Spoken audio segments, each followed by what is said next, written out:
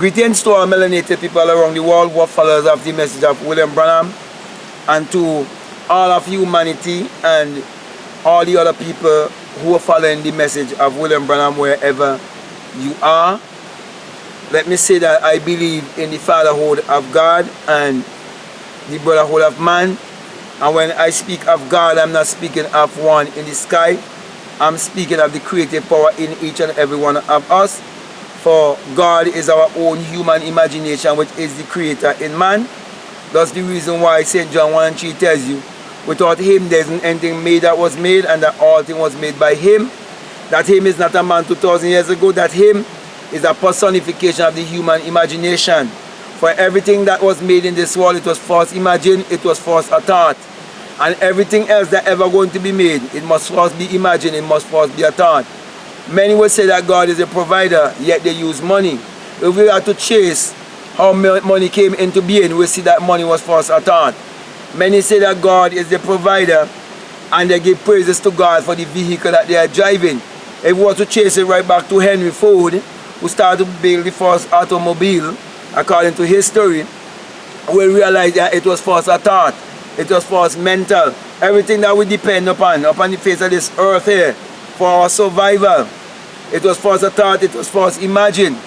And if a person try to use nature and talk about God create the world, the Bible says that God said, let there be, and there was. Okay? And a word is a thought expressed. And the Bible tells you that the word became flesh. And when you say that the word became flesh, it is teaching you that your thought is what is creating your reality. When you say the word become flesh, it is talking about manifestation. So I'm going to teach you how you can manifest your reality consciously, and how the third Exodus pastor in my country manifests his vehicle. But he did it unconsciously, because everyone is manifesting in this world. Okay, it is a law. Okay, but there are those who are creating, are manifesting unconsciously. But you can create your reality consciously when you understand, first of all, that the Bible addresses the human mind and must be interpreted psychologically. That the Bible is not literal, neither is the Bible secular history. So let me teach a little common sense before I go any further. Every book that has ever been written, it has to first be a thought. It has to first be imagined. So even if you say holy men wrote as God speak to them, or was God speaking to them, it has to be from within. It has to be from thoughts, what we call inspiration. How does a pastor speak to you? It has to be a thought. It has to be mental. It has to be psychological. Doesn't matter what inspiration he say he got from God and been inspired. It come back to the same thing. Okay? And anything anybody gonna say to me, whether they agree or disagree with me, still have to be mental. Still have to first be a thought. That's why I can't be proven wrong. So, yes, my brothers and my sisters, let me go into this manifestation and show you how he manifested his reality. But he did it unconsciously. And if he knew that the Bible was a book of science, and that it is your thought that is creating your reality, and you can create your reality consciously, because your thought is what is creating also your personality, he would have been able to teach every member in his congregation how they could create their reality consciously. Now, this pastor, you know, and before I go any further, let me say that there's a third Exodus in Trinidad and Tobago, and there's a third Exodus in my country, with the St. Vincent and the Grenadines. Most people only know about the third Exodus assembly in Trinidad and Vin, but they do not know that Vin have a son. He claimed to be the spiritual son of Vin, and that his Timothy and Vin is like Paul. But when you understand the Bible, you come to realize that there was not a literal man named Timothy or a literal man named Paul. It just states a mind. It just states a consciousness. You see, so because many didn't understand the Bible, and they didn't understand the message of William Branham, that it was a message of symbology, and the real message never preached. It was never a spoken, audible message. It's a message of symbology. Right? Because of that, they fail to realize that all the characters in the Bible are just states of mind, or states of consciousness. That's the reason why they do not have any surname. Okay? So yes, I remember quite vividly the night when both of us was in his vehicle, and there was this man who was his former employer. I think he would have already died at the time, his former employer. And he and his employer's son were good friends, and he said one time when he was preaching that he all the time wished he was like a son of his employer, because they were well privileged and all of that, and he wasn't that privileged, you know, and he all the time wanted to be a pastor, and he all the time wanted to have things in this life, which nothing is wrong with that, because abundance and prosperity is our birthright. It is our natural state of being.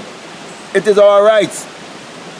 And so we came out of the vehicle, and he carried me and showed me where this man was living and his sons were living, and showed me the vehicle, and told me one of these days he's gonna buy that vehicle from him. That was the moment he set it in motion. But he doesn't understand, because we were never taught that it is basically our thoughts that is creating our reality. We wasn't taught that the kingdom of God is within us. We wasn't taught that God is life and life is God, and that you can't separate God from life or life from God. We were taught to believe in a God in the sky. We were taught to believe in a power outside of our own self. We were never taught that self-realization is your true salvation. We were never taught what it means when it says that as a man thinketh in his heart, so is he. We were never taught that the name of God is I am, from generation to generation, and that the universal question of life is who am I? And when the answer comes, it must be I am that I am, which is to say I am whatever I believe or whoever I believe myself to be. For as a man thinketh in his heart, so is he. So he set it in motion, because he had a desire, and every desire is a spiritual sensation, and true prayer is desire and meditation. And this man is very much a praying man. And because each and every one of us is creating, some consciously and some unconsciously, especially religious people, they are the ones who are always created unconsciously, because they do not know.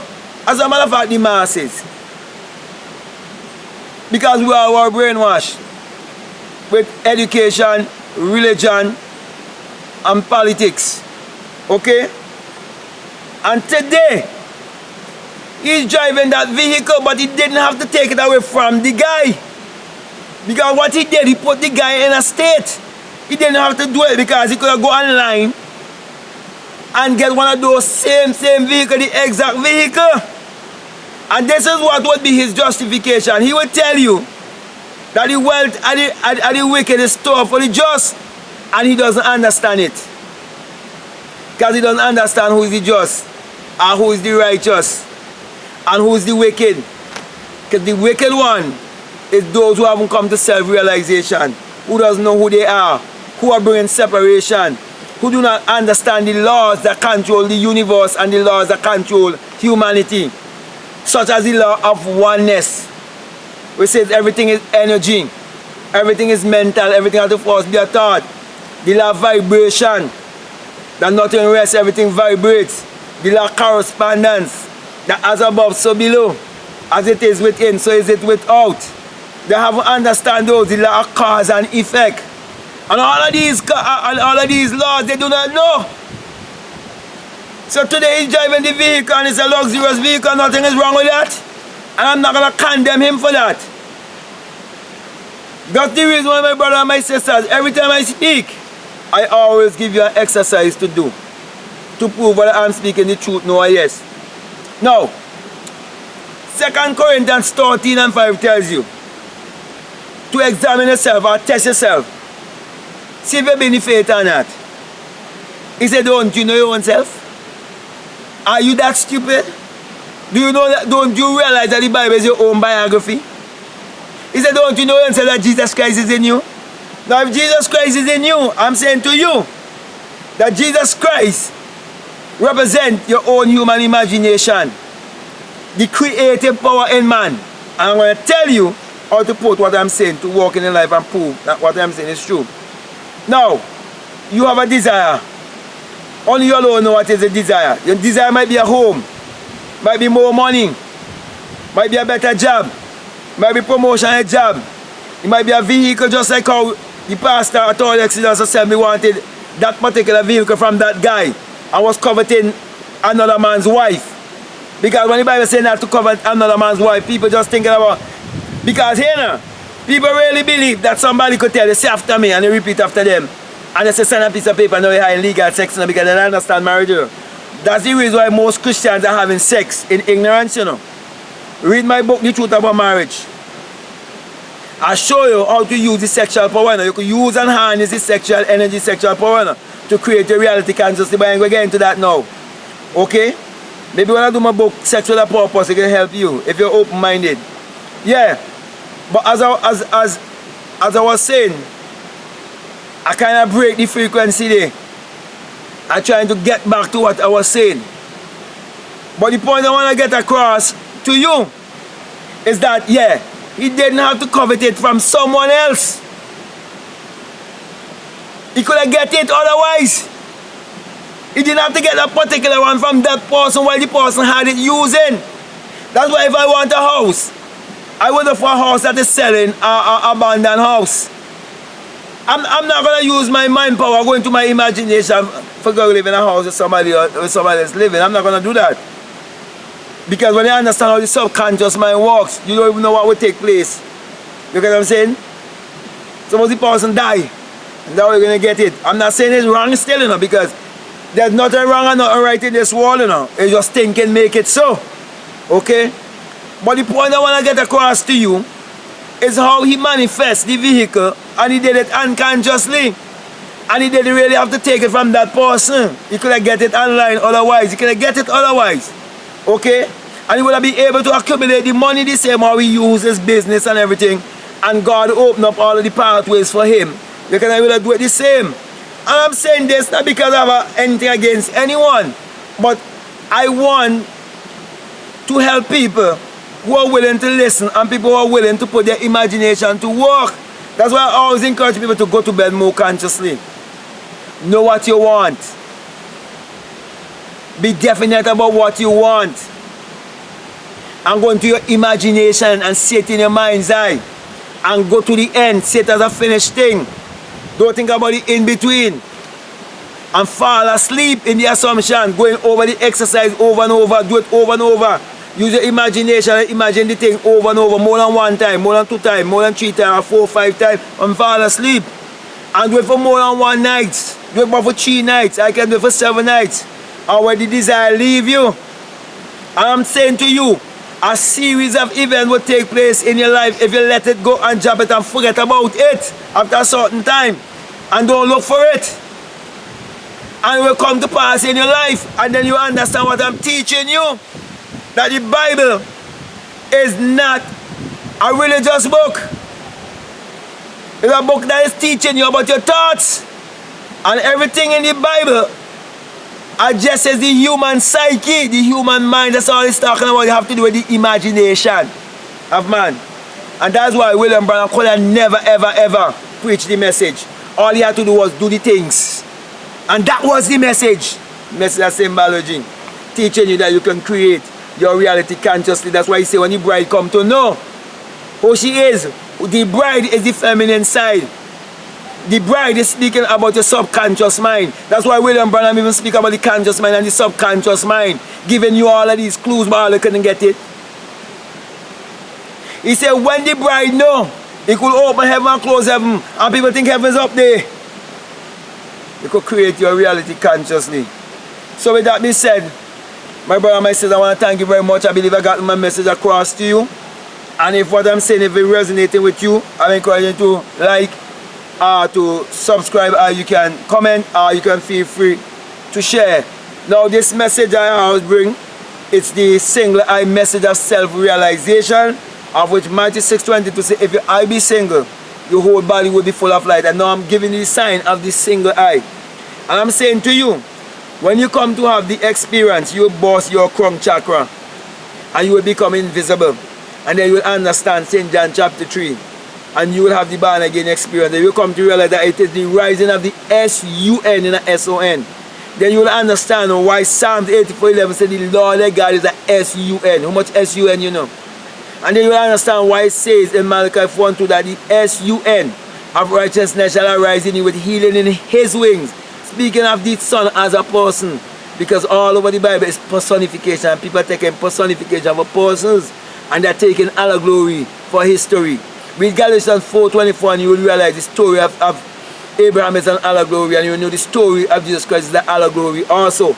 Next thing is, tell me, use your common sense, how could there be a S-O-N existing in this world before the S-U-N and be known as the light of the world? Are you that foolish?